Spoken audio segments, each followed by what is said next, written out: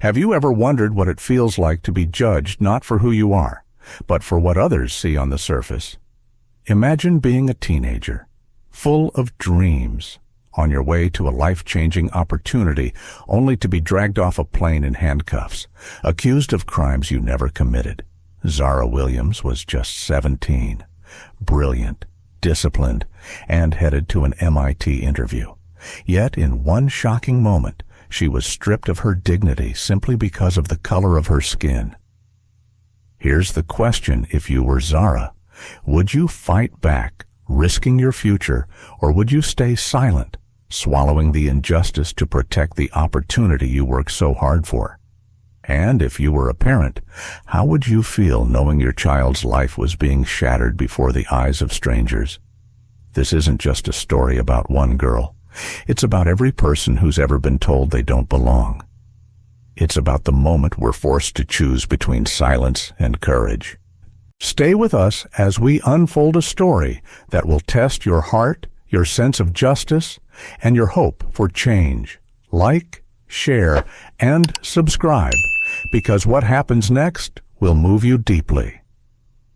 The terminal at Baltimore International Airport hummed with its usual mix of rolling suitcases, muffled announcements, and hurried footsteps.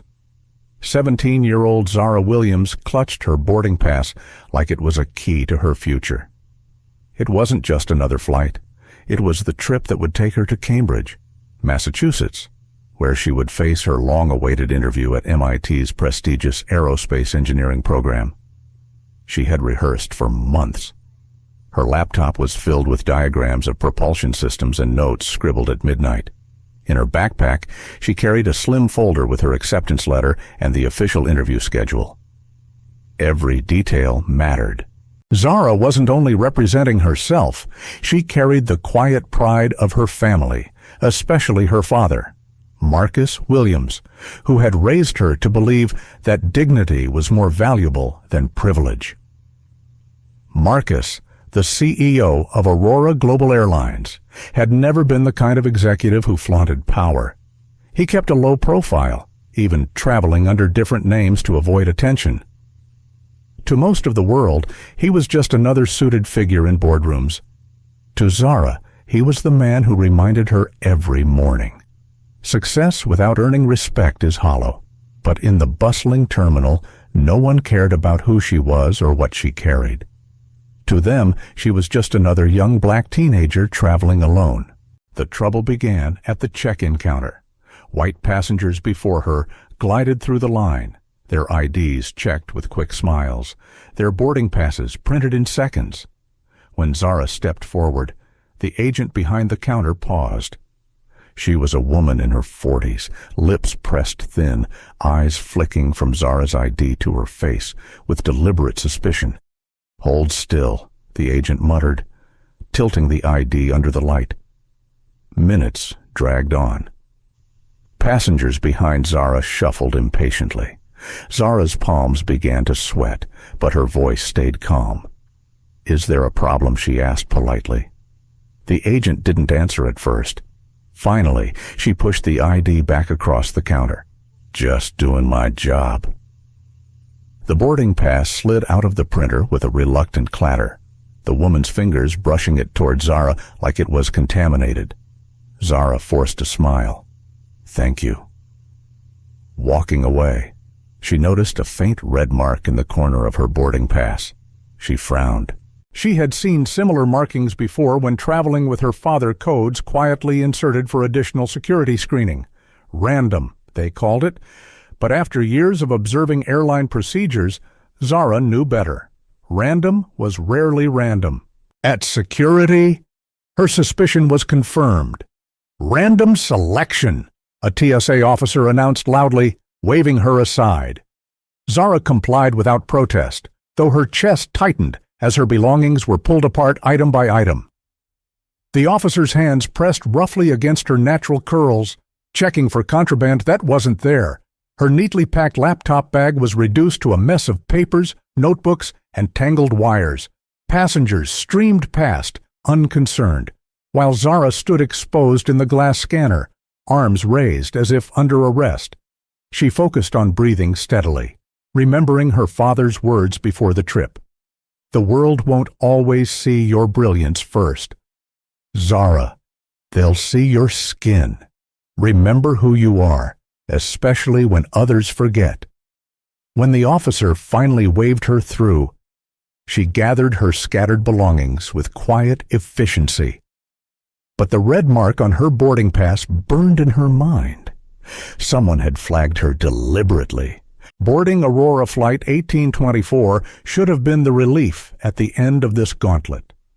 She carried a first-class ticket, seat 3A, by the window. Her father had insisted she travel comfortably, not as a luxury, but to ensure she was rested and ready for MIT. She climbed the jet bridge, her heart lighter as she stepped into the cabin. The first-class seats gleamed with leather upholstery. She slid her backpack down, ready to settle in. But then, a voice rose above the cabin's chatter.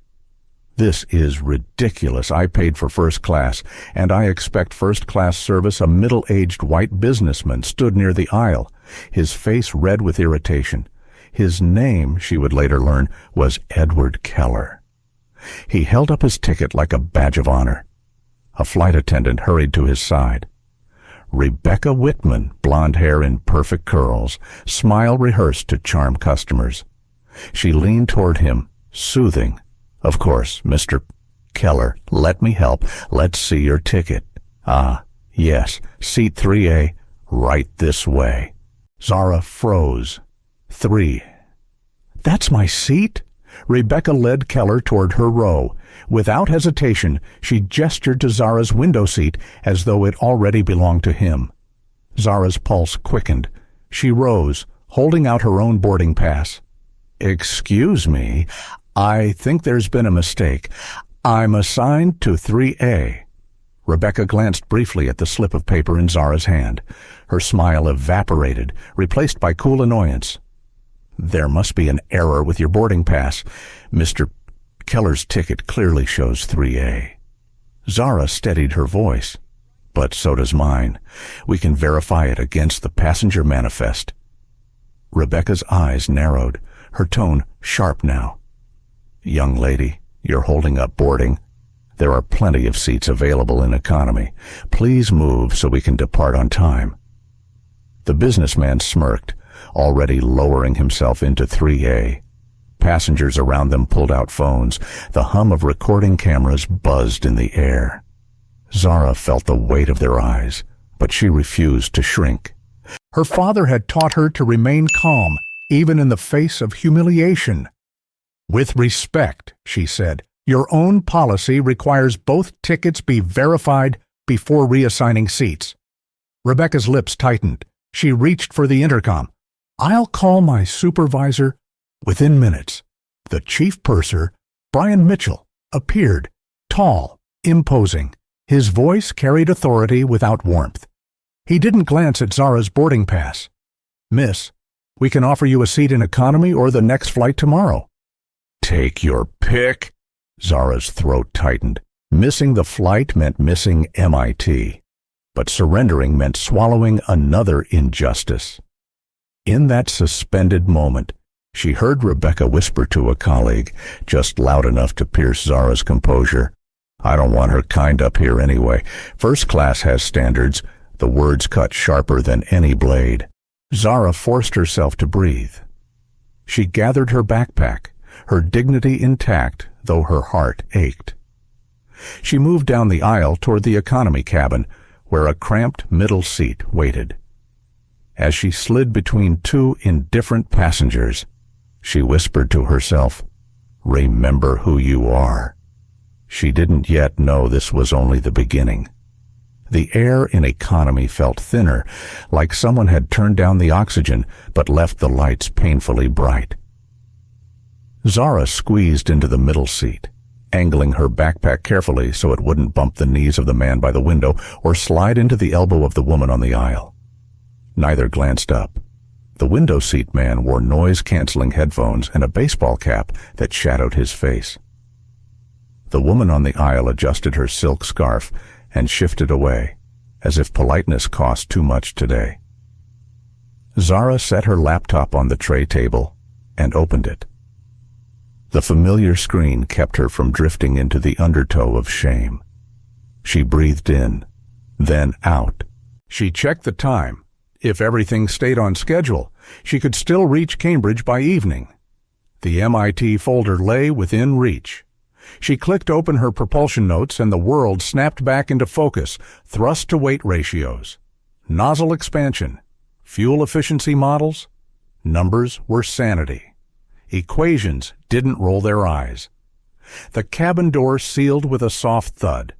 Pre-flight announcements rolled over the speakers, the flight attendants performing safety demos with practiced choreography. Zara tried to listen, tried to let the routine comfort her, but her mind replayed Rebecca's whisper, her kind standards. 2 words that said far more than they were supposed to. She turned the brightness down and reread her presentation outline, mouthing transitions under her breath. A teenage girl across the aisle watched her for a moment, curious, then smiled shyly before her mother tugged her sleeve. Zara smiled back. That tiny kindness felt like a glass of cold water after a long run. The plane pushed back, engines spooled, the runway shimmered as they taxied, then lifted, that brief, weightless second where everything in the stomach floats, then settles. Baltimore dropped away into a patchwork of roofs and lines of tiny cars that looked like patient ants on gray ribbons. At 10,000 feet, the seatbelt signs pinged off. A flight attendant rolled the cart down the aisle. She served the aisle woman first, a club soda with extra ice. Then the window seat man, a ginger ale. The cart kept moving. Zara waited, then raised a hand. "Excuse me," she said softly. "Could I have a water?" The attendant barely turned her head. "I'll be back," she said, and didn't return. Zara swallowed. She wasn't thirsty anymore. She just wanted to be invisible for a while. She tried not to look toward the front of the cabin, but every so often her eyes drifted past the blue curtain to first class. She could see the edge of seat 3A, the lattice of light on leather, the silver tray with a flute of champagne. Edward Keller laughed at something Rebecca said, his shoulders relaxing, his hand making a broad, satisfied gesture. Rebecca leaned in, nodding, smile bright as a store display. Zara forced her gaze back to the screen. Focus. Calculations. She walked herself through the story she wanted to tell at MIT, how design is a promise, how aviation, at its best, treats the sky like a commons open, shared, dignified, how a safer, cleaner engine isn't just engineering, it's ethics. She didn't notice the mild turbulence until her laptop trembled. Then the plane jolted hard. The tray table snapped upward half an inch. The computer skated forward, weightless for a breath, then slipped. Zara reached instinctively, fingertips grazing aluminum, but it slid off the plastic lip and thumped to the aisle, skidding to a stop beneath the cart's back wheel. Oh no, Zara unbuckled, half rising. A sharp voice cut in. "Please, remain seated." It was Rebecca, already at the cart as if she'd been watching. She stooped, scooped the laptop up with surprising speed, and held it high with 2 fingers by the screen, like a teacher confiscating contraband. "Whose is this?" she called down the aisle. Zara raised her hand. "It's mine. It fell when we hit that bump." Rebecca's eyes narrowed. "This is a very expensive model," she said loudly, turning the device to show the brushed metal casing to the surrounding rows. "Where did you get it?" Zara blinked. "I saved for it, and my dad helped with the rest. I need it for schoolwork." She reached out to take it. Rebecca pulled it back, thumb pressing the power button. The lock screen woke. Zara's name hovered there, plain as the daylight creeping around the window shade. "That's my name," Zara said, voice steady. "Zara Williams," without acknowledging the screen. Rebecca turned to the man in the row ahead, a neatly dressed traveler in his 50s who had been scrolling through emails. "Sir, did you misplace your laptop earlier?" Her tone had already suggested the right answer. The man looked startled, then glanced at Rebecca's expression, then at the laptop. He hesitated just a breath too long. I had mine out earlier," he said, non-committal. "This one must be yours," Rebecca concluded smoothly, while the man's eyes flicked away. She pivoted back to Zara. "Young lady, you cannot take items that aren't yours and then claim them when you're caught." A murmur rippled through the rows. Zara's face went hot, then cold. She set her palms flat on the tray table to keep them from shaking. "It's mine," she said quietly, because yelling never helped and crying would win her nothing. "If you look at the user account name, it's mine. If you open the documents folder, my MIT essay is the last file I worked on. If you want, I'll type in my password so you can see." Rebecca turned the laptop slightly, as if humoring a child, then snapped it shut. "We will handle this," she said, each word pinned in place by a smile that didn't reach her eyes. She looked to the galley. "Brian, can you come here?" Zara breathed in, then out. The aisle woman beside her stared with a kind of pity that softened into something like fear. The window seat man pretended to sleep. Brian Mitchell arrived. All business. He listened to Rebecca's account without looking at Zara, then faced the aisle as if addressing a jury. "We have a potential security issue," he announced. "We need everyone to remain calm and in their seats." Security, Zara thought. The word echoed like an alarm in a warehouse. She saw where this was heading and felt the ground tilt. This wasn't a misunderstanding anymore. It was a script. "Sir," she said to Brian, keeping her voice even, "this is a simple verification problem, not a security issue. My name is on the lock screen. I can unlock it. There's no need to escalate." Brian's jaw ticked. "Ma'am, we asked you to remain calm."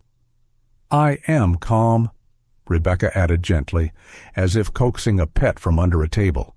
"You've been uncooperative since boarding, sweetheart." Zara swallowed the immediate, useless retort. She glanced down at her hands. Her knuckles were pale where the fingers pressed together. The intercom cracked. A man's voice, steady with authority. "Ladies and gentlemen, this is your captain. We're encountering a situation on board that requires attention. For your safety, please remain seated with your seat belts fastened. We may be diverting to Hartford." A cold, hollow silence fell over the aisle. Heads turned toward Zara in the slow, deliberate way people stare at a fire alarm without wanting to be noticed. The teenage girl across the aisle looked at Zara with wide eyes and shook her head, almost imperceptibly, as if to say, "I'm sorry." Zara heard the sound of her heartbeat more than she felt it. She focused on breathing like she had been taught 4 counts in, 4 counts out. She thought of thrust curves and clean lines, of equations that told the truth no matter who spoke them. She thought of her father. Brian leaned close enough for her to smell his aftershave. "If you comply, we can keep this simple," he murmured, the softness more menacing than a shout. "If you make this difficult, we'll let airport security sort it out. Your choice." "What does comply mean?" Zara asked. "It means you'll give us the computer and answer questions without attitude." Zara inhaled, exhaled. "You already have the computer, and I've answered every question." He straightened, disappointed she hadn't broken. The turbulence came back, just a few gentle shudders this time, like the plane's body remembering the earlier shocks. Outside, a river unspooled in a dark ribbon below. The sun caught the wing in a hard, white glint. Zara turned to the aisle woman and spoke softly. "Ma'am, You saw it slide off my tray. Right. The woman's gaze flickered over Zara's face, then toward the front of the cabin where Rebecca and Brian stood like gatekeepers. Her voice dropped to a whisper. I wasn't watching. She folded her hands and stared at them. Zara nodded once. She felt anger surfacing, a clean flame trying to burn through the fog. She imagined standing, raising her voice, telling the whole cabin what had just happened, that the very device holding her dream had been used to paint her as a thief. But she also imagined what would follow. The words aggressive, non-compliant, unstable. She could see the headlines already. She swallowed the flame and let it settle into resolve. A uniformed attendant from the back, someone Zara hadn't seen before, appeared in the aisle. She was younger than Rebecca and Brian, with dark hair in a neat bun and eyes that held a different kind of alertness. Her name tag read Jackson. She took in the scene, then glanced at Zara's hands, at her face, at the shut laptop in Rebecca's grip, and something like doubt crossed her expression. Rebecca caught the glance. "We're fine, officer," she said lightly. "Just a passenger who doesn't understand the rules." Jackson nodded once, but her eyes lingered on Zara a moment longer than necessary, enough to leave a tiny stitch of hope. The minutes stretched. The cabin's low hum seemed to grow teeth. Zara pressed her knees together and rested her palms on her thighs, anchoring herself to the present. She pictured the MIT lobby she'd seen in photos, clean lines, glass, sunlight on tile, students moving with purpose. She pictured a whiteboard, a marker in her hand, a professor asking a question that made her brain light up. She pictured telling this story one day as a lesson in patience.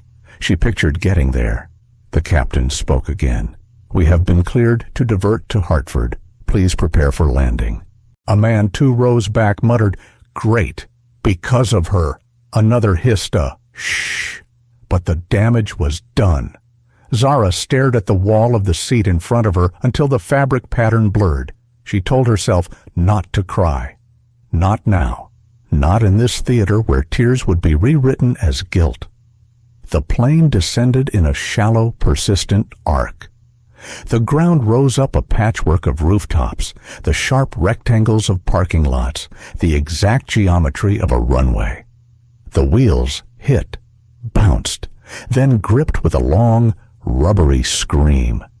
As they taxied, Zara looked down at her wrists. The skin was unbroken, smooth, ordinary.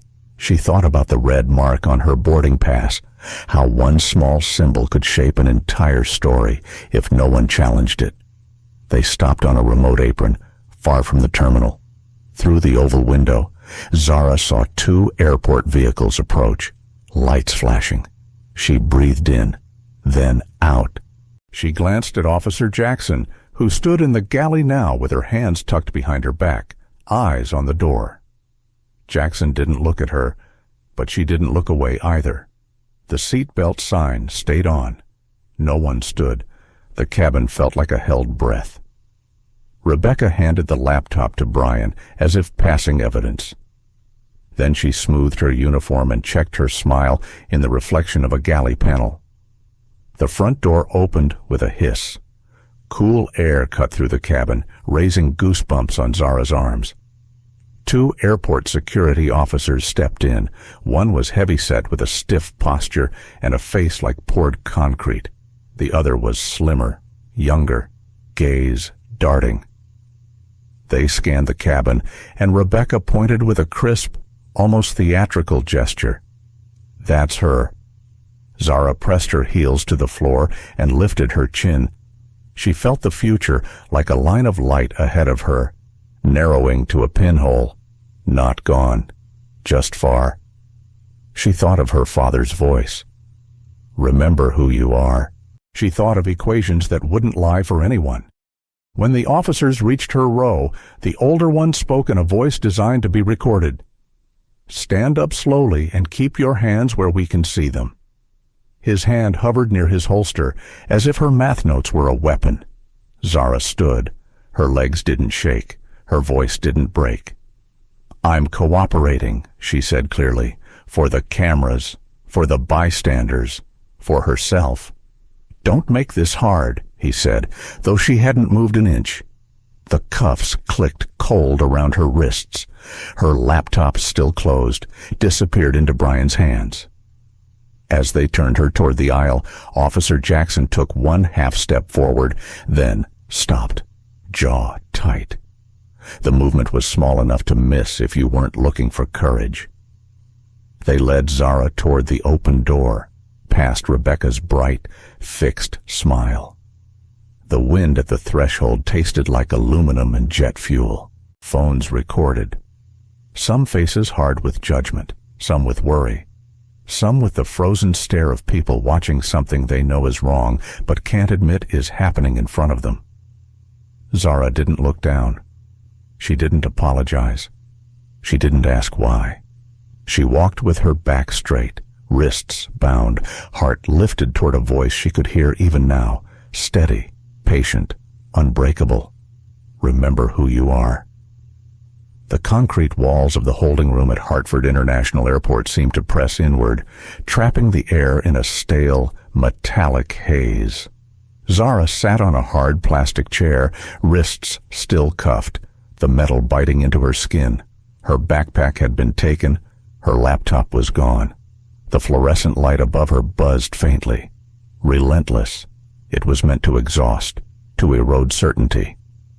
She steadied her breathing, counting silently the way she had before math exams.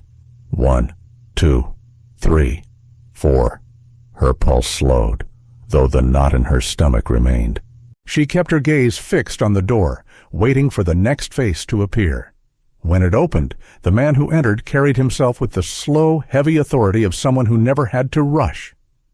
Dennis Reynolds, airport security chief, closed the door behind him and dropped a thick folder onto the table.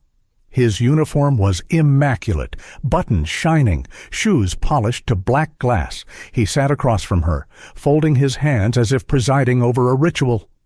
"Miss Williams," he said, drawing out the syllables. "We've had some troubling reports." Zara held his gaze. "I haven't done anything wrong." Reynolds opened the folder with a deliberate flourish. Inside were printed statements, photos of the laptop, even her boarding pass with its red mark circled in ink. He slid a page toward her. "A passenger reported you attempted to take his property. Crew members corroborated that account. Your behavior was described as uncooperative, disruptive, and escalating." His eyes lifted, heavy with false patience. "That's serious." Zara's throat tightened. She thought of her father, of how he always said to use precision in language. Don't let lies define the frame. Reset the frame. She straightened her back. "My laptop slid off my tray during turbulence. The lock screen has my name on it. That's not disruption. That's physics." Reynolds smiled faintly, though his eyes did not. Physics doesn't explain why a young woman with no verifiable proof of income is carrying a computer worth more than some people's cars. The words stung, not because they were true, but because they echoed the bias she had been hearing all day. "Are you saying students shouldn't own computers?" "I'm saying," Reynolds replied, leaning forward, "your story doesn't add up. And if you cooperate, we can resolve this quickly. Sign a statement acknowledging the misunderstanding, accept responsibility for disturbing the flight, and you'll be released. Refuse, and we escalate. Escalation means charges. Charges mean records. Records mean your fancy university dreams disappear." The folder sat between them like a loaded weapon. Zara's pulse thudded. This was the choice her father had warned her about, the false fork, where both paths looked like surrender. She closed her eyes for a moment, searching for calm. She pictured the sky as she had seen it through the window, boundless, unowned. She thought of the little girl who had smiled at her on the plane. She thought of herself, standing in front of an MIT panel, telling them why she believed dignity was as essential to flight as wings. When she opened her eyes, her voice was steady. "I won't sign something that isn't true." The silence in the room thickened. Reynolds's jaw tightened. He tapped the folder once, sharply, then stood.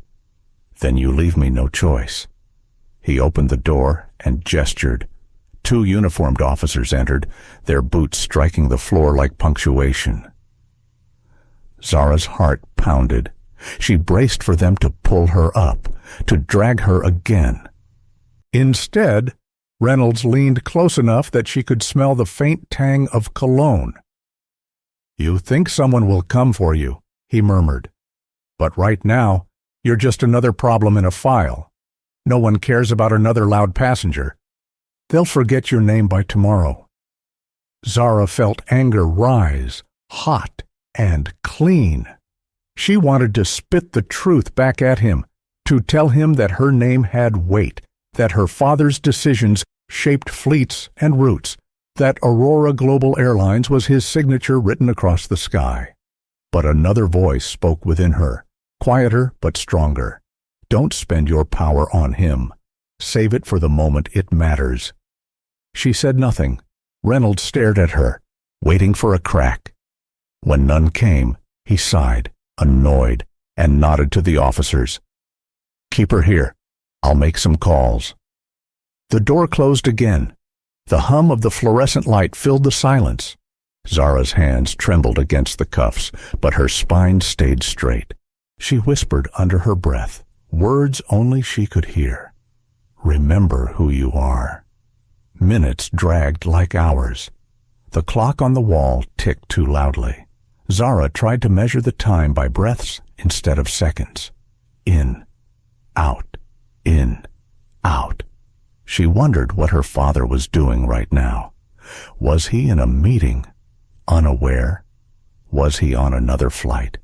Did he sense, somehow, that his daughter was sitting in a room designed to crush her? She thought about calling him. They had taken her phone, but she still had one request left. Use it wisely.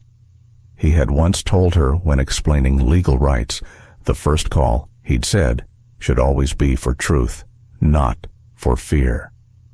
When the door opened again, it wasn't Reynolds. It was Officer Taylor Jackson, the younger officer Zara had noticed on the plane. Jackson's expression was cautious, but there was something in her eyes, something that wasn't suspicion. She checked the hallway, then stepped inside. Her voice was low. "Miss Williams, I don't have long." "I saw what happened on the plane. I know that wasn't your laptop by chance. It was yours. I saw your hands on it before it fell." Relief flooded Zara's chest. Someone had noticed. Someone cared. "Will you say that she asked?" Jackson hesitated. "It's not that simple. The report has already been filed. The captain, the purser, the attendant, they're aligned. If I contradict them, it's my word against 3 senior crew members and a businessman. I'd lose my job, or worse." Zara's shoulders sank. Hope, so brief, threatened to collapse again, but Jackson wasn't finished. "I have something," she said carefully. "Body cams aren't allowed in the cabin, but I record audio for training purposes. I shouldn't have, but I did. It's not much, but it might help. I can't hand it over yet, but I wanted you to know you're not crazy." Zara's eyes stung. She blinked hard, swallowing the lump in her throat. "Thank you." Jackson glanced at the door again. "Don't sign anything. Whatever they push you to do, don't. Just hold out until you can make your call." She slipped back out, leaving the room colder but not as empty. Zara exhaled shakily. She repeated the words like a mantra. "Hold out. Remember who you are." The door opened once more. Reynolds returned, a triumphant glint in his eye. "Well, Miss Williams, your options are narrowing. Are you ready to cooperate?" Zara lifted her chin. Her voice was quiet but unwavering. "I want my phone call." For the first time, Reynolds faltered, his mouth pressed into a line, his eyes flicking to the officers. Then he leaned back, shrugging. One call. Make it quick. The phone sat heavy in her hand, its cord twisting like a lifeline. Zara dialed the number she had memorized since she was old enough to dial her father's. The line rang once, twice, then connected. "Dad." Her voice broke for the first time all day. "They dragged me off the plane. They say I stole a laptop. I'm at Hartford. Please." There was a pause on the other end. Then Marcus Williams' voice came, calm as steel. "Put the officer in charge on the line." Reynolds frowned, confused, then took the receiver. "This is Chief Reynolds, Hartford International Security. Who is this?" The pause was deliberate, weighted. Then Marcus Williams, CEO of Aurora Global Airlines. Reynolds's face drained of color, his hand trembled as he held the phone. Zara watched, for the first time all day, as the balance began to shift. The air in the interrogation room had shifted. It was subtle, but Zara felt it the way Dennis Reynolds' voice lost its easy superiority, the way his fingers tapped nervously against the phone cord. On the other end, Marcus Williams's voice carried the kind of calm authority that didn't need to raise itself to dominate a room. "This is Marcus Williams," her father repeated, every syllable measured, "and you will explain why my daughter is being held in a secured room without legal cause." Reynolds swallowed hard, darting a glance at Zara. She sat straight-backed, cuffs still biting into her wrists, watching him as though she were studying a specimen in a lab. There were reports from the crew. Reynolds stammered. Allegations of theft, non-compliance, disturbance on board reports. Marcus's voice cut cleanly through the line. Allegations. My daughter has a first-class boarding pass with her name printed on it. She had her property confiscated. She was forcibly removed from a flight without due process. I want her released now.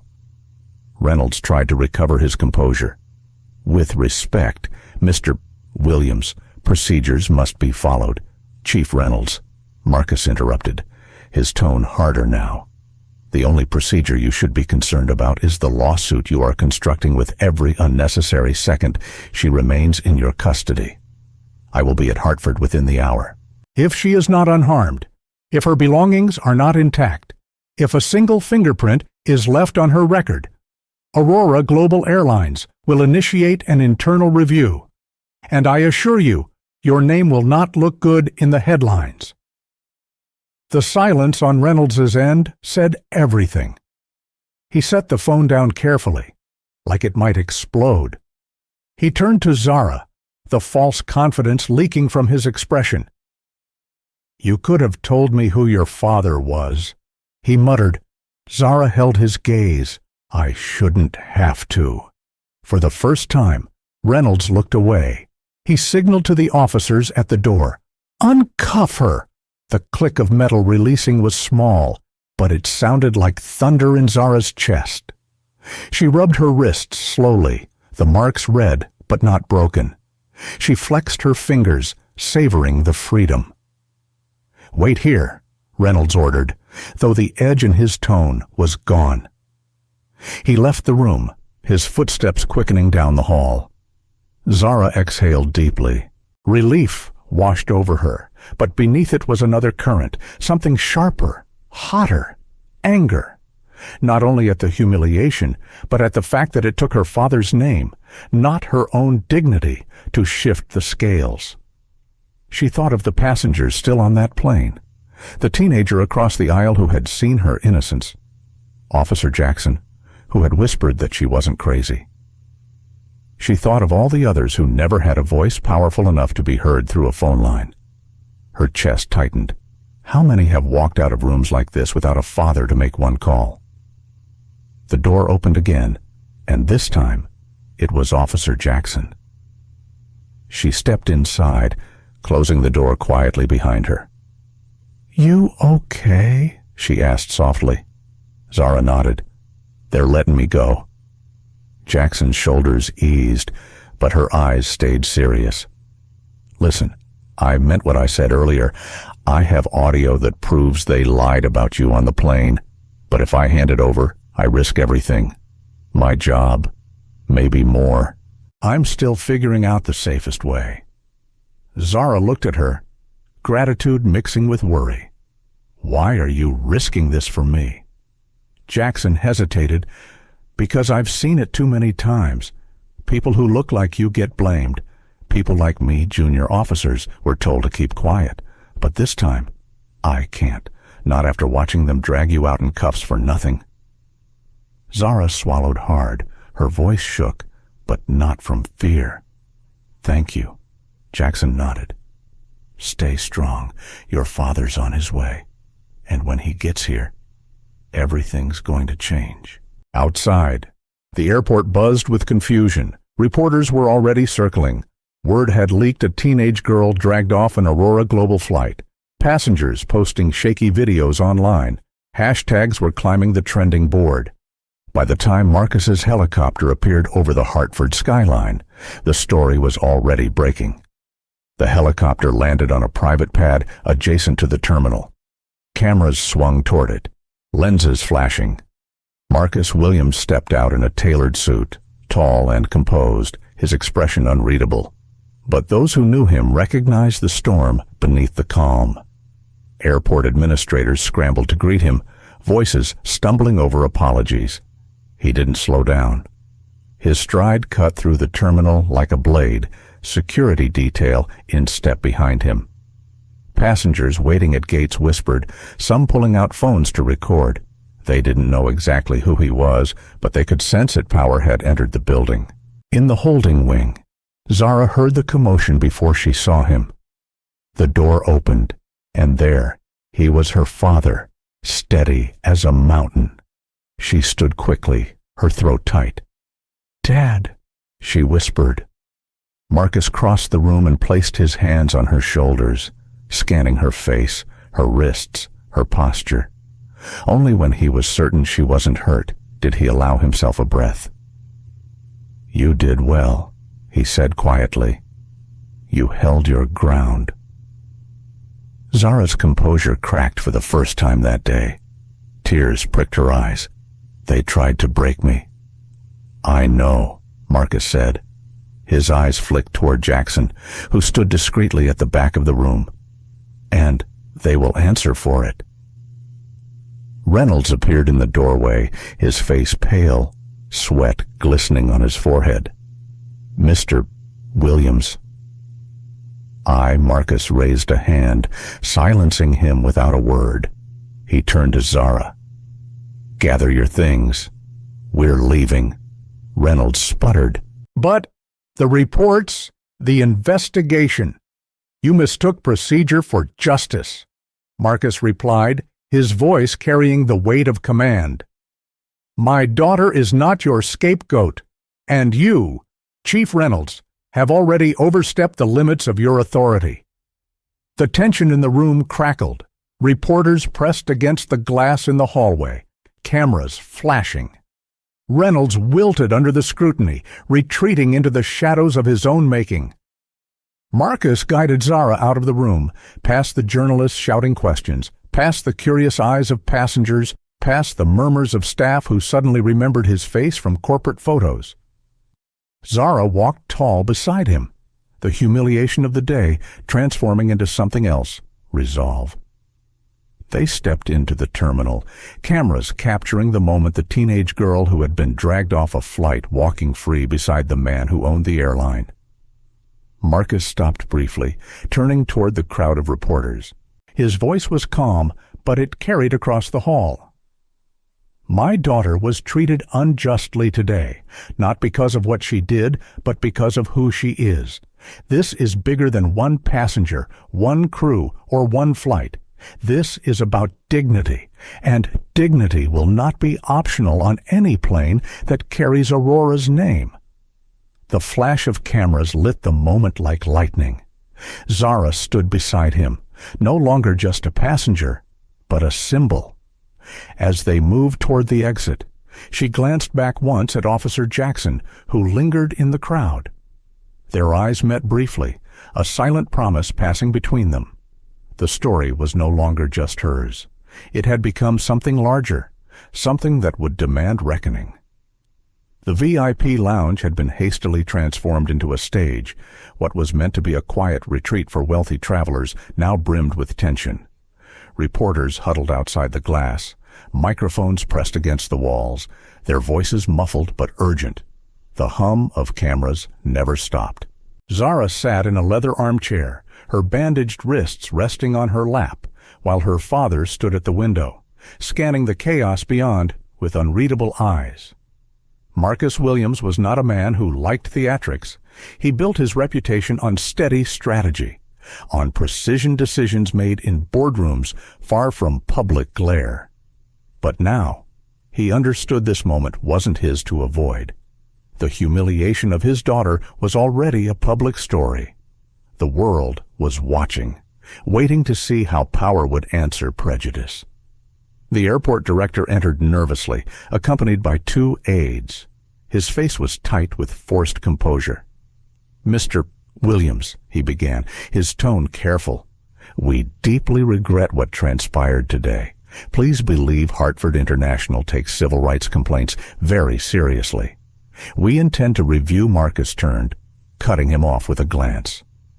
"A review? My daughter was paraded through your terminal in handcuffs for a crime she didn't commit. She bled while your officers ignored her rights, and your chief of security attempted to coerce her into signing a false confession. Tell me, Director, what is there to review? The evidence is already spilling across every major platform in the country." The director's throat worked, but no words came. Behind him, the muffled roar of journalists swelled louder. Marcus stepped closer, his voice even. "I am not here for rehearsed apologies. I am here for accountability. And I assure you, the world will hear the truth." Zara watched him, her chest swelling with conflicting emotions, relief that her father was there, pride in his strength, but also the lingering ache that it had taken his presence for her dignity to be acknowledged. She wanted to stand up, to speak for herself, but the weight of the room pressed down. Before she could decide, the lounge doors opened again. Rebecca Whitman and Brian Mitchell entered, flanked by Reynolds, who looked as though he'd aged 10 years since the phone call. The 3 wore expressions that wavered between defiance and fear. "Mr. Williams," Rebecca began, her voice trembling just enough to betray her nerves. "This is all a misunderstanding. Emotions were high on the flight, and perhaps I overreacted." But Marcus lifted his hand. Silence fell instantly. He nodded toward one of his aides, who stepped forward and placed a tablet on the table. A video began to play the passenger-recorded footage from Flight 1824. The room filled with the undeniable sounds, Rebecca dismissing Zara's ticket, Brian insisting she move to economy. Rebecca's whispered comment, "I don't want her kind up here anyway." The footage captured her words with painful clarity. Gasps came from the aides. Even Reynolds's face drained of color. Rebecca's mouth opened and closed, no words escaping. Marcus's voice was cold steel. "You will not insult my daughter further by denying what we all just heard." Brian shifted uncomfortably. "We were under pressure to resolve the seating quickly. I made the wrong call." "You didn't make a call," Marcus said. "You made a choice rooted in prejudice. And you compounded it with lies that nearly destroyed a young woman's future." Reynolds attempted to interject. "Sir, with all respect." Respect, Marcus's voice rose slightly for the first time. "You twisted my daughter's arms into cuffs so tightly they cut her skin. You ignored her requests for medical attention. You presented her with a fabricated confession. Do not speak to me of respect, Chief Reynolds. You forfeited that word hours ago. The silence that followed was suffocating. Zara's heart pounded. She wanted to look away, but she forced herself to hold their gazes. Marcus exhaled, lowering his tone. You three are suspended effective immediately. Your credentials are revoked, and your attempts to delete evidence have already been archived by my team. You will face both corporate and criminal investigations. I suggest you prepare yourselves. Rebecca's hands shook as she clutched her phone. Brian muttered something under his breath, but his shoulders slumped. Reynolds stood rigid, his pride cracking under the weight of consequences. Marcus turned back to the airport director. My daughter and I will be leaving shortly. But before we do, I want a press conference arranged. Transparency is the only remedy here. This will not be buried. The director hesitated. Mr. Williams, the optics are already out of your control, Marcus replied. This is no longer about optics. It is about justice. Zara finally rose to her feet. Her voice was quiet, but firm. I want to speak too.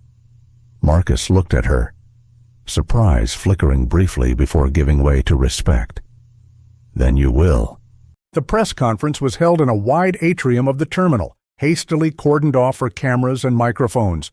Dozens of reporters crowded forward, lights glaring, lenses focusing. Behind the podium, the Aurora logo gleamed, unplanned but inescapable. Marcus stepped to the microphone first. His presence alone quieted the room.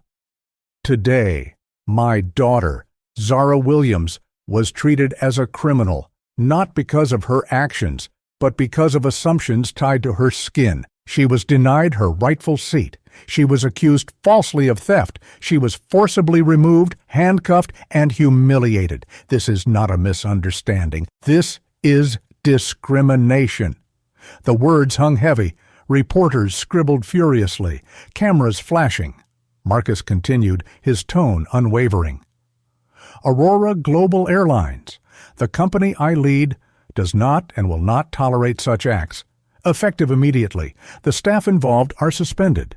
A full independent investigation will follow, and we will implement stronger safeguards to ensure this never happens again to my daughter, or to anyone else.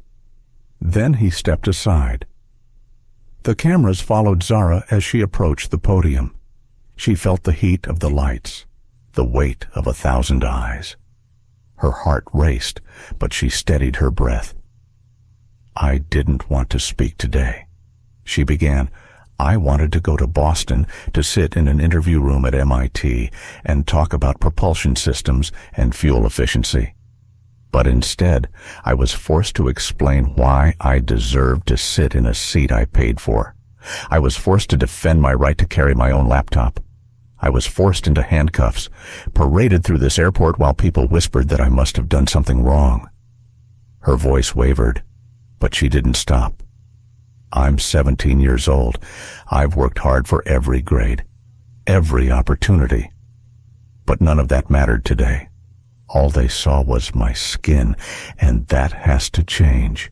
The crowd was silent, hanging on her words.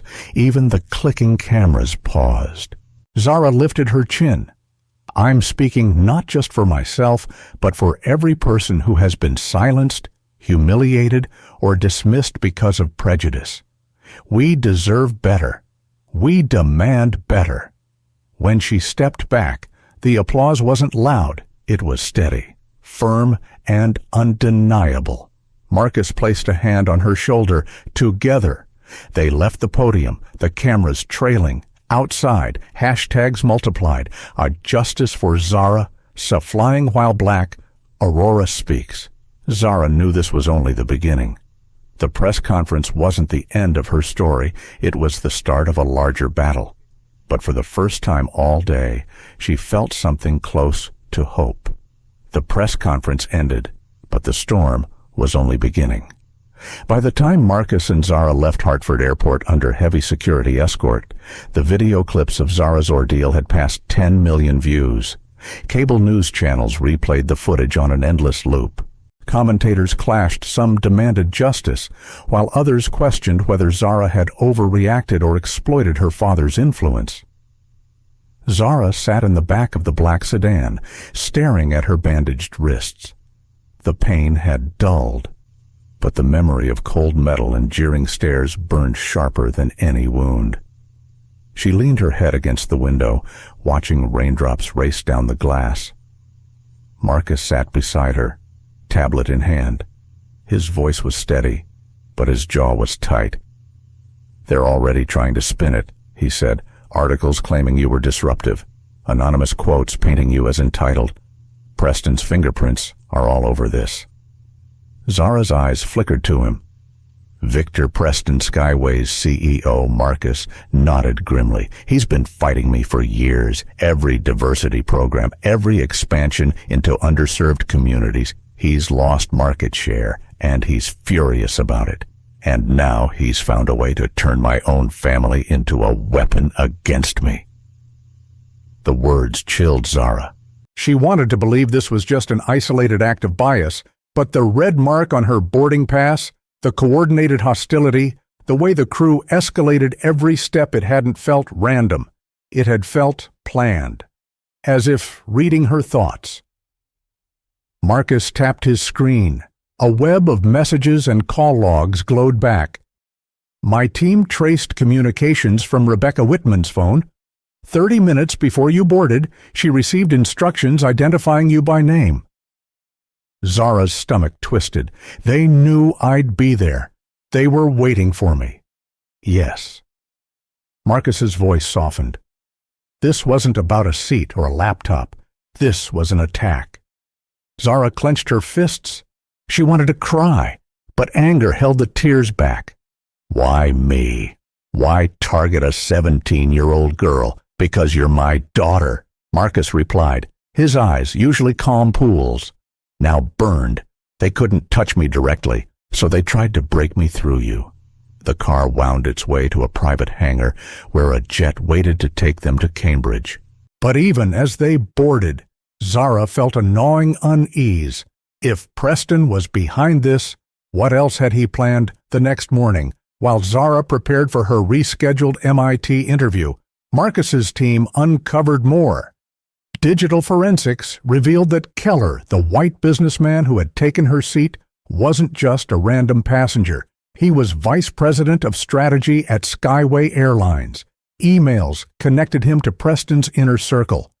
When Marcus showed Zara the evidence, her heart sank. So he wasn't just entitled, he was planted. "Exactly," Marcus said.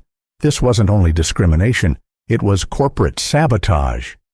Zara paced the suite, anger surging again. "They almost ruined my future just to hurt you." Marcus placed a hand on her shoulder. "That's why we won't fight this quietly. If we settle it in boardrooms, nothing changes. We have to take this public." Zara hesitated, torn between fear and conviction. She had always wanted to earn her way without leaning on her father's name. Now she realized that silence would make her complicit in the very system that had humiliated her. "You're right," she said finally. "This isn't just about me. It's about everyone who gets treated like I did, but doesn't have a CEO father to call." Her MIT interview was a sanctuary amid the chaos. For 2 hours, she lost herself in equations and designs, her mind flying beyond the turbulence of prejudice into the clarity of science. When Professor Eleanor Chen praised her innovative approach, Zara felt the first genuine smile tug at her lips in days. But as she walked out of the historic halls, the storm returned. Outside, Marcus waited with grim news. Preston's team just held a press conference. He positioned himself as the voice of fairness, accusing Aurora of granting you special privileges. He's spinning the story, and the media is eating it up. Zara's chest tightened. "So, I'm the villain now. They're trying to make you one," Marcus said, "but we're not going to let them." Even as he spoke, Zara's phone buzzed with alerts. Edited videos painted her as aggressive. Fake witnesses described her as disruptive. Online commentators claimed she'd expected first-class treatment because of her last name. Zara scrolled, her stomach churning. "They're rewriting reality," she whispered. "Yes," Marcus said, his voice low. "That's why we need proof." Proof came from an unlikely place. 2 nights later, in a secured conference room at Aurora headquarters. Marcus and Zara met with their legal team. The atmosphere was heavy with exhaustion. Every new headline tilted against them. Every attempt to present evidence was buried in noise. Then, a knock at the door. A young woman stepped inside, plain clothes replacing her uniform, her dark hair pulled back tightly. Zara recognized her instantly. Officer Taylor Jackson, the one who had bandaged her wrists in detention. Her voice trembled, but held resolve. "I shouldn't be here, but I can't stay silent anymore." From her bag, she produced a recorder and several USB drives. "I documented everything. Chief Reynolds knew exactly who you were before you landed. He gave orders to make an example of the Williams girl. He coordinated with Preston's people. And I have recordings of him discussing instructions from Judge Harmon's office." The room went still. Marcus leaned forward. "You're certain?" Jackson nodded. "I have Rebecca on tape admitting she targeted Zara because of her race. I have files showing how security footage was deliberately misplaced before court submission. And I have evidence that Preston's team pressured the judge to dismiss key claims." Zara's breath caught. For days she had felt like the truth was slipping away, twisted into lies. Now, suddenly, it had shape again. Jackson's eyes softened as she turned to Zara. "I'm sorry. I should have spoken sooner. I knew it was wrong from the start." Zara swallowed hard. Gratitude and grief tangled inside her. "You did speak, and it might save everything." With Jackson's evidence, the fight escalated. Vanessa Washington, their lead attorney, filed emergency petitions with the Federal Appeals Court and contacted the Department of Justice's Civil Rights Division. Preston's carefully managed narrative began to unravel. But retaliation was swift. Preston's allies launched smear campaigns against Jackson, painting her as a disgruntled officer seeking attention. She received anonymous threats. She was suspended without pay. Zara visited her one evening at a safe house. The woman who had once seemed so steady now looked fragile, shadows under her eyes. "Was it worth it?" Jackson asked softly. Zara sat beside her. "Yes, because the truth matters, and because you reminded me not everyone looks away." For the first time since the ordeal began, Zara saw hope not only in evidence, but in courage, the kind of courage that cost someone everything. As hearings loomed, the battle lines sharpened. Preston had wealth, influence, and media allies. But Zara and Marcus had something stronger, the truth, recorded and undeniable. And as Zara stood before a mirror on the morning of the federal hearing, smoothing her blazer sleeve over her scarred wrists, she whispered her father's words back to herself. "Remember who you are, especially when others forget." She lifted her chin. She would walk into that courtroom not just as Marcus Williams's daughter, but as her own voice, carrying not only her pain but the weight of countless others who had no one to speak for them. The courthouse in Washington, D.C., loomed like a fortress of stone and glass. That morning, the air was damp and cool, a faint drizzle misting the steps as people gathered in clusters outside. Protesters held signs, "Justice for Zara," "End discrimination in the skies," and "Dignity has no class section." Reporters lined the barricades, their umbrellas a forest of colors, their cameras trained on every arrival. Zara Williams gripped her father's hand as they climbed the marble steps.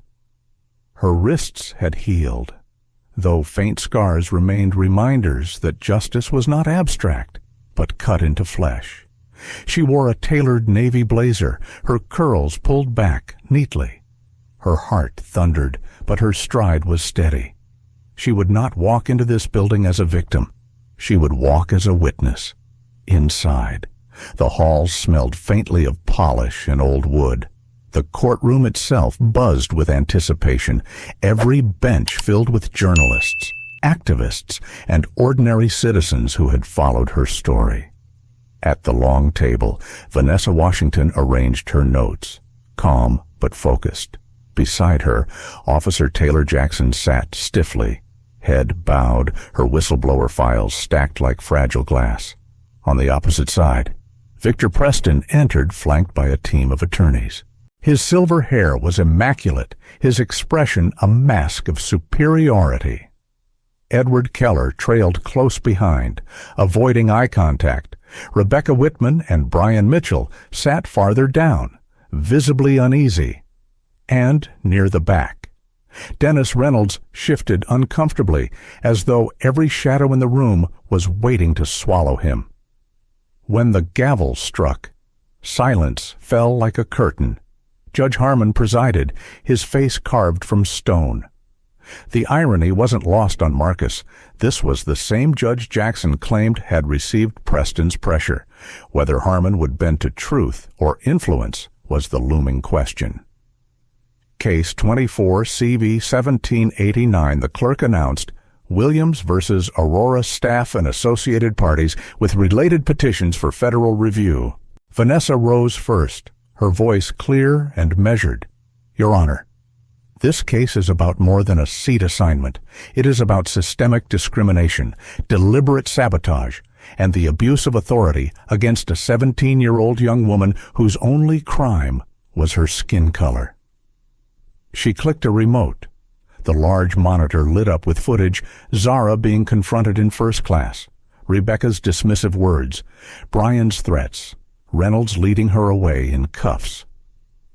Murmurs rippled through the courtroom as the images replayed. Vanessa continued, her tone unwavering.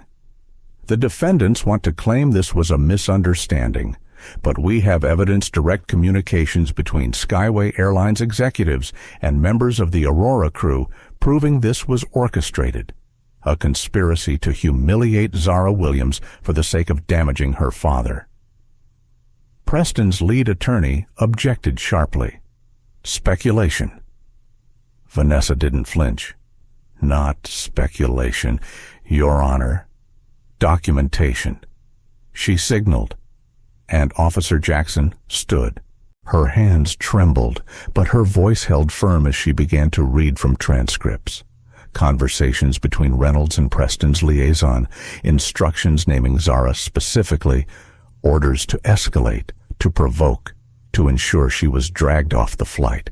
The words filled the courtroom like poison made visible. Rebecca shrank in her seat, her face paling. Brian rubbed his temples, refusing to look up. Keller shifted nervously, his jaw tightening. Zara listened, her nails digging into her palm.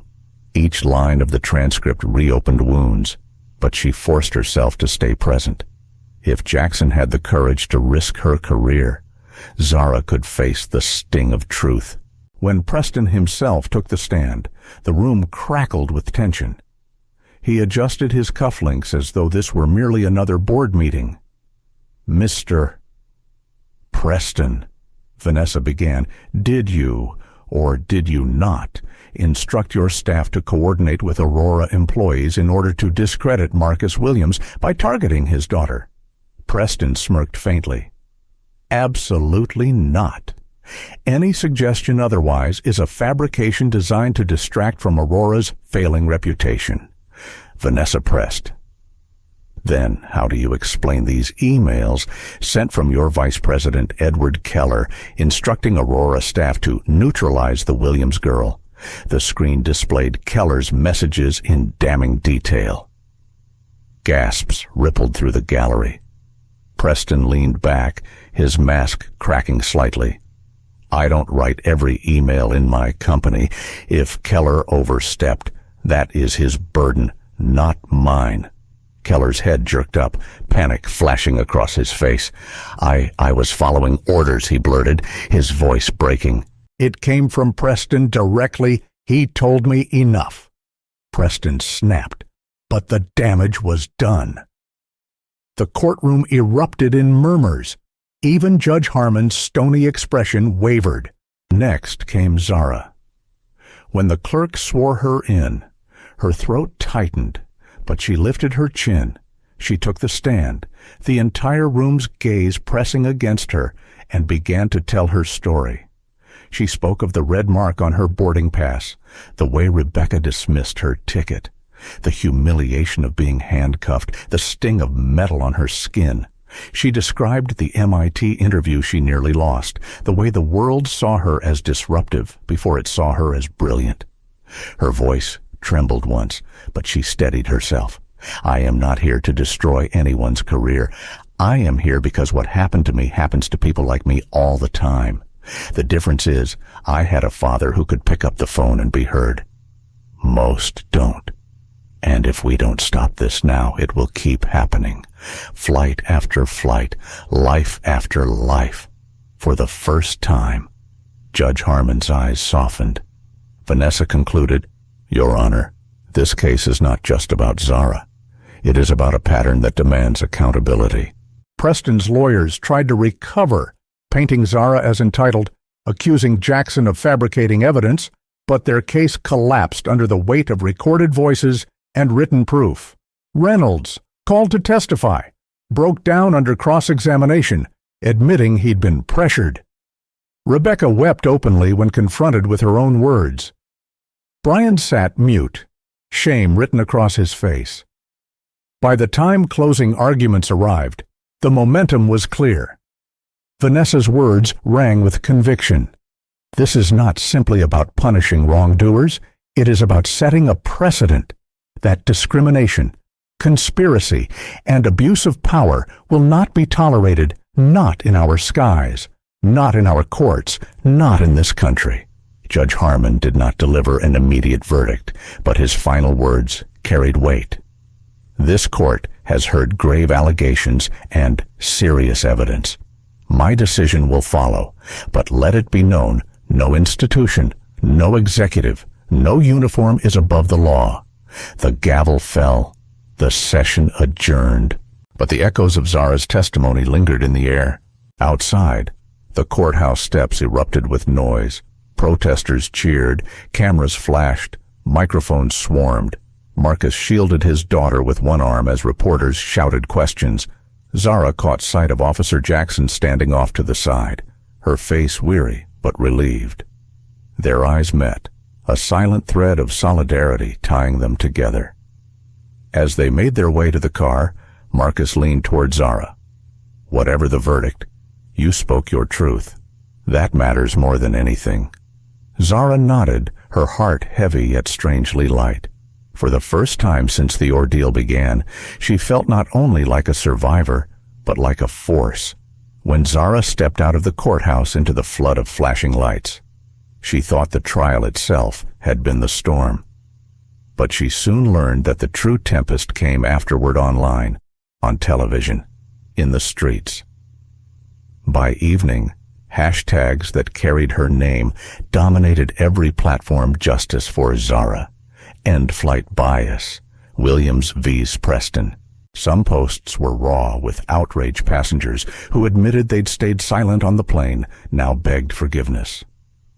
Others were hateful, twisting her testimony into a political battleground. Zara scrolled through comments until her father gently took the phone from her hands. You cannot measure your worth by noise, Marcus said. Focus on the voices that matter. But the noise was impossible to ignore. Talk shows debated whether her ordeal proved systemic bias or elite privilege. Politicians seized the story for their own agendas. Preston's allies framed him as the victim of a smear campaign. Even comedians turned her humiliation into late-night punchlines. Zara felt her chest tighten with each headline. Dad, they're using me as ammunition. It's not even about what happened anymore, it's about sides. Marcus looked at her, his eyes steady. That's what happens when truth collides with power. But remember, storms scatter, and when they do, the ground looks different. At Aurora headquarters, the boardroom seethed with tension. Executives whispered about brand risk, stock dips, and customer boycotts. Marcus sat at the head of the table, his presence a mixture of calm and fire. Zara sat beside him, allowed into the room not as a symbol, but as a participant. One board member, an older man with a clipped accent, cleared his throat. Marcus, with respect, your daughter's story is sympathetic, but we cannot tie the entire company's future to her experience. Aurora's stock has fallen 8% in 2 weeks. Investors are nervous. We must pivot back to operations. Marcus's gaze hardened. My daughter's story is not an inconvenience to sweep aside. It is a mirror showing us where we've failed. And if we ignore it, we will not only lose revenue, we will lose our soul. Zara watched as silence fell across the room. She realized her father was not only defending her, he was demanding that an entire industry confront its prejudice. Meanwhile, Preston wasn't retreating. He launched a public relations counterstrike. Full-page ads appeared in major newspapers, claiming Skyway Airline stood for equality in the skies. He sat for interviews, painting himself as the victim of a corporate rivalry. This is about competition, he declared smoothly on national television. Aurora wants to crush us, and they're using this unfortunate misunderstanding as fuel. Zara wanted to scream at the screen. Unfortunate misunderstanding, she whispered bitterly. They dragged me out in handcuffs, but Marcus simply leaned forward, turning down the volume. Let him talk. Every word he says digs his own grave. Still, the smear campaign had teeth. Anonymous sources leaked doctored footage, making Zara appear defiant on the plane. Troll accounts flooded her inbox with vitriol. One morning, she found her MIT acceptance under attack online, strangers calling for her rescission. It was too much. She locked herself in her room and cried, the tears she had held back in the interrogation room finally breaking free. When her father knocked softly, she almost told him to go away, but his voice was gentle. Zara, may I come in? She opened the door, eyes red, shoulders slumped. They're destroying me. Dad, no matter what I say, they twist it. Maybe I should just disappear. Marcus pulled her into an embrace. Zara, listen to me. You are not a scandal. You are not their caricature. You are the truth. And the truth doesn't vanish. It shines brighter the darker it gets. Her voice cracked. But what if I'm not strong enough? He held her tighter. Then lean on me until you are. That's what fathers are for. The turning point came from an unexpected ally. A passenger from Flight 1824, a young mother named Alicia Ramirez, released her own recording. She had filmed quietly from economy. Her phone angled just enough to catch Rebecca whispering about her kind. Unlike other clips, this one was unedited, raw, impossible to dispute. The video went viral within hours. And for the first time, the tide shifted undeniably in Zara's favor. Cable anchors replayed the clip with outrage. There it is, one commentator said, shaking his head. Not a misunderstanding, not a disruption, a deliberate act of prejudice. Support poured in. Civil rights groups organized rallies.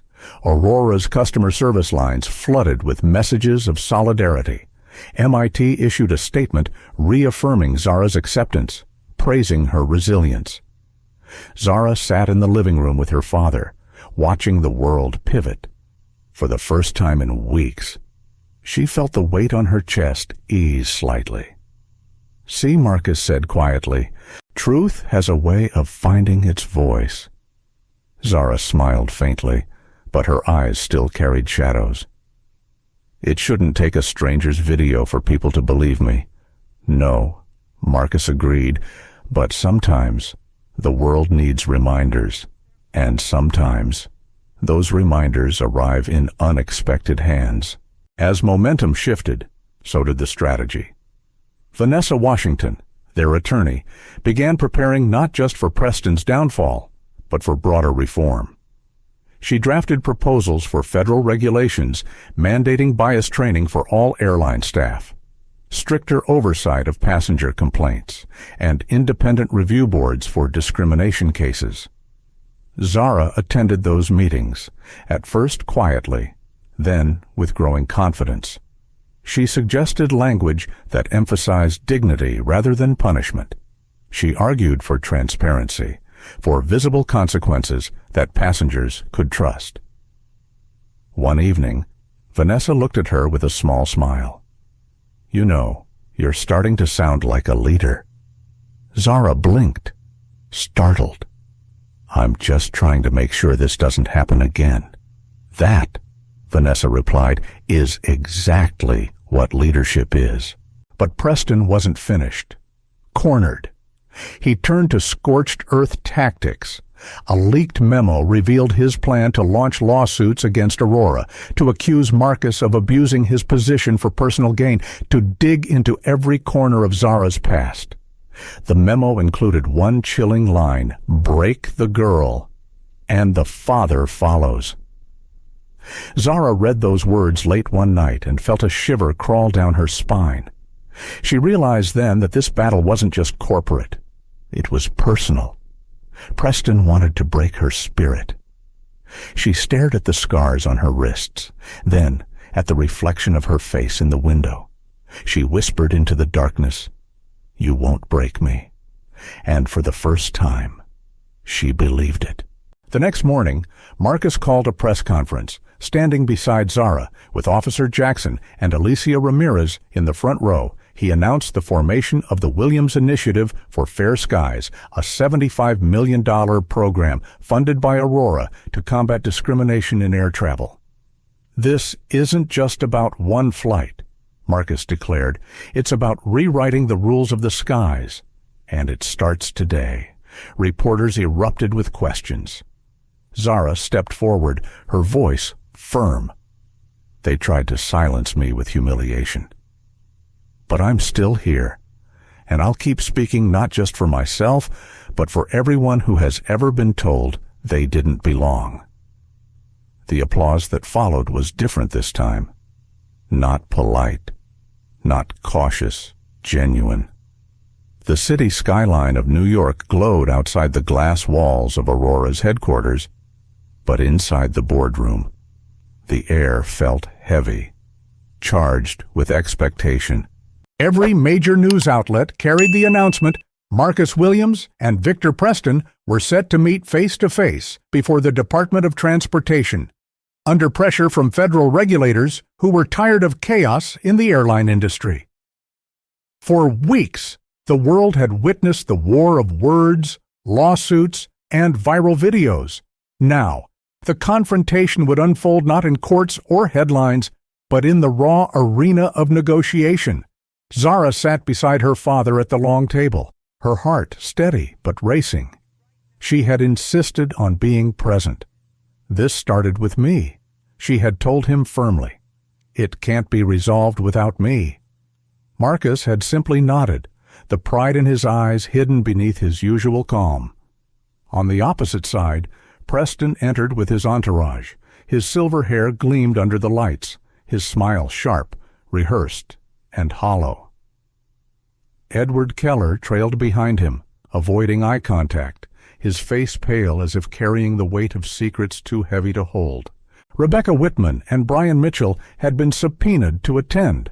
Though they sat apart, their expressions subdued, shadows of the authority they once carried. The federal mediator, a stern woman named Claire Donovan, opened the session. "Gentlemen, this meeting is not optional. The Department of Transportation has received unprecedented public pressure. We are here to address allegations of discrimination, sabotage, and abuse of power. Resolve this, or face binding federal mandates. Her words dropped like stones in still water. Marcus spoke first, his voice even. This is not just about what happened to my daughter. This is about whether airlines can continue to operate without accountability for bias. We cannot claim to carry people safely across the skies if we strip them of dignity before takeoff. Preston's lips curved into a thin smile. Marcus, always the poet. But let's be clear, this isn't about dignity. This is about market share. You're exploiting your daughter's unfortunate incident to weaken Skyway and expand Aurora's dominance. Zara leaned forward, her voice calm but cutting. Mr. Preston, I was 17 years old, traveling for a college interview. I wasn't thinking about market share when I was handcuffed in front of strangers. I was thinking about how small I felt, about how easily people believed lies about me because of my skin. For the first time, Preston's composure faltered, though only for a flicker. I regret what you went through, he said, the words hollow. But teenagers are dramatic, and Marcus's palm struck the table softly, enough to silence him. Careful. The room went still. Evidence was presented. Vanessa Washington clicked through slides, transcripts, emails, Keller's testimony, Jackson's recordings. Every thread pointed to deliberate orchestration. Preston denied, deflected, tried to smear witnesses, but his mask began to crack further when Keller finally spoke. I can't keep lying, Keller said, his voice trembling. I carried out Preston's orders. He told me to target Zara, to humiliate her, to turn it into a scandal. I was promised a promotion for it. Gasps spread across the room. Rebecca buried her face in her hands. Brian closed his eyes, his shoulders sagging. Preston slammed a fist against the table. Lies. Desperate men say anything when cornered, but the evidence was too heavy, the web too clear. Claire Donovan leaned forward, her tone icy. Mr. Preston, the department will not tolerate further deceit. Skyway faces crippling sanctions if these actions are confirmed. You are playing with the future of your company. In that moment, Zara felt a strange shift. For weeks, she had been painted as powerless, her story twisted into propaganda. But here, with Preston unraveling under truth, she realized she wasn't powerless at all. She had been the spark that forced light into shadows too long ignored. When she spoke again, her voice carried across the boardroom. Mr. Preston, you thought breaking me would break my father, but all you did was show the world who you really are. And no matter how much money you throw at lawyers and ads, people saw what happened. They saw me, and they're not forgetting. The silence afterward was thick, charged, undeniable. Even Preston had no quick retort. After hours of argument, the mediator called a recess. Marcus and Zara stepped into the hallway, the buzz of reporters just beyond the closed doors. Zara leaned against the wall, exhausted but steady. Dad, she said quietly, do you think this will actually change anything? Marcus studied her face. Change doesn't come from one meeting. It comes from relentless pressure, from people refusing to stay silent. You've done more to force that change than you realize. Zara swallowed, her chest tight. Then I can't stop now, can I? He smiled faintly, resting a hand on her shoulder. You were never going to. The showdown stretched into the evening. Preston finally conceded to temporary sanctions, mandatory resignations, an independent monitor for Skyway, and financial penalties. It wasn't everything Marcus wanted, but it was enough to mark victory. Yet, the larger war was still brewing. Preston's pride hadn't broken, only bent. Zara could see it in his eyes as he left the table, a look that promised this wasn't over. Still. When Marcus and Zara exited the building, the crowd outside erupted in cheers. Protesters waved signs. Reporters shouted questions. Cameras flashed like lightning. Zara lifted her chin and faced them, her voice clear. This is not the end. It's the beginning of something bigger. We are going to make the skies safe, not just from turbulence, but from prejudice. The roar of approval rolled through the night air, a sound that wrapped around her like armor. Later, alone in her hotel room, Zara stood by the window overlooking Manhattan.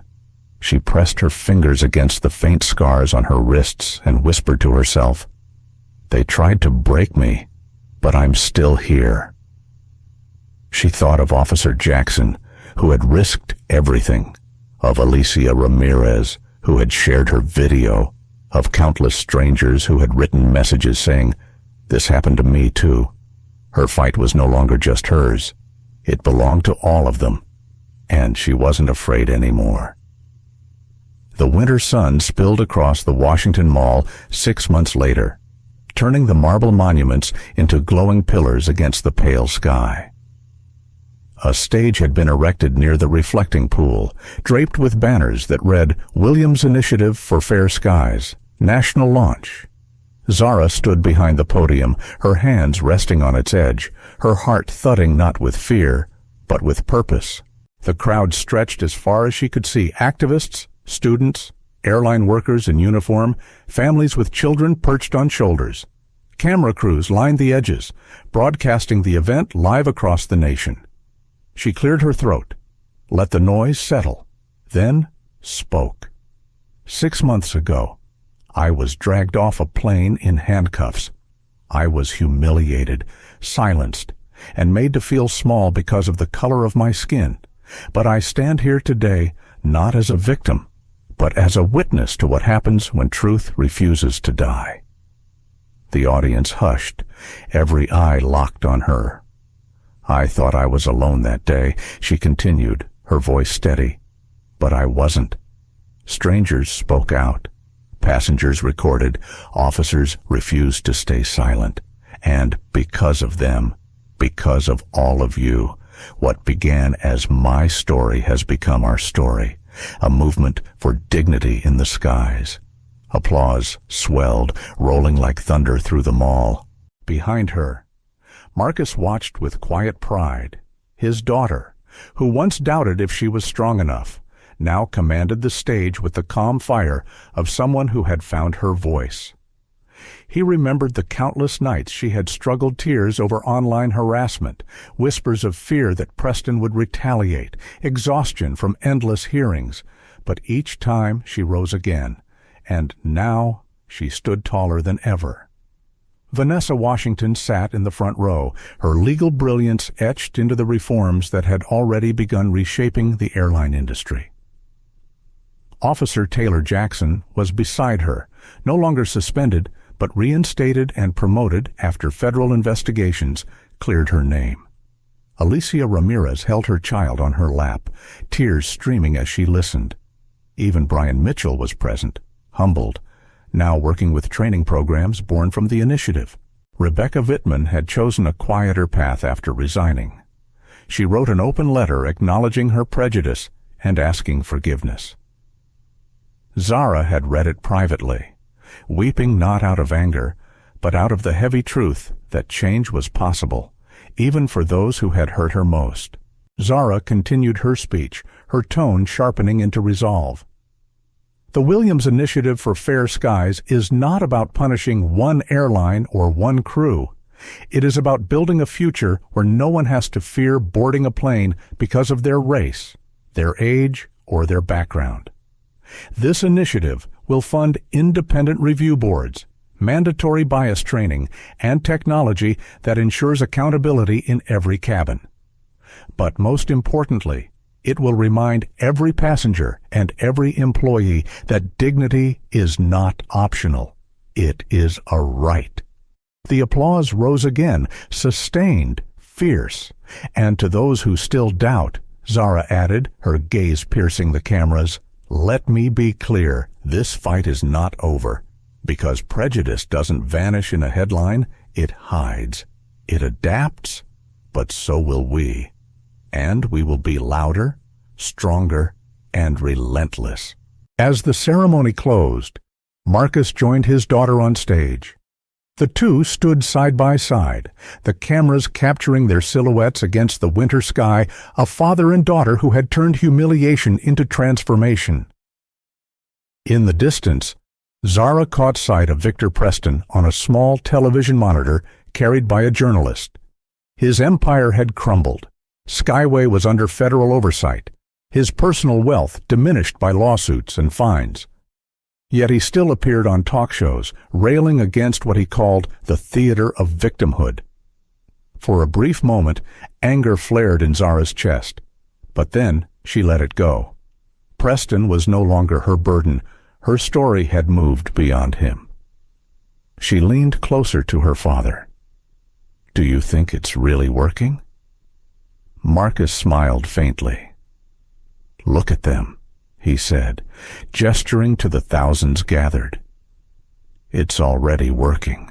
Later that evening, in the quiet of their home, Zara sat by her window, journaling.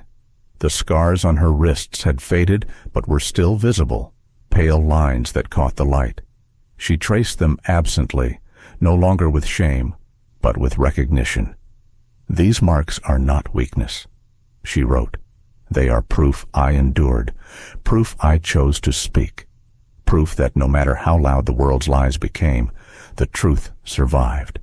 She paused, staring at the ink, then added, "And tomorrow, I will keep speaking." Her father knocked softly and stepped in, carrying 2 mugs of hot cocoa. He set one beside her journal. "You never rest," he teased gently. She smiled. "Neither do you." He sat beside her, the steam from the mugs curling into the quiet. "Zara, you've done more than I ever imagined. You've changed the conversation, and you've reminded me that leadership doesn't always begin in the boardroom. Sometimes it begins in the seat of an airplane, with someone who refuses to move." Zara leaned against him, her heart full. "You taught me that." "No," Marcus said, his eyes soft. "You taught me." Outside, the city hummed, unaware of the private moment in the Williams household. But somewhere in that hum was the echo of voices from across the country, passengers telling their own stories, activists organizing new campaigns, lawmakers drafting legislation, and in the middle of it stood Zara, no longer just the girl who had been dragged off a flight, but the young woman who turned her pain into a compass, pointing toward change.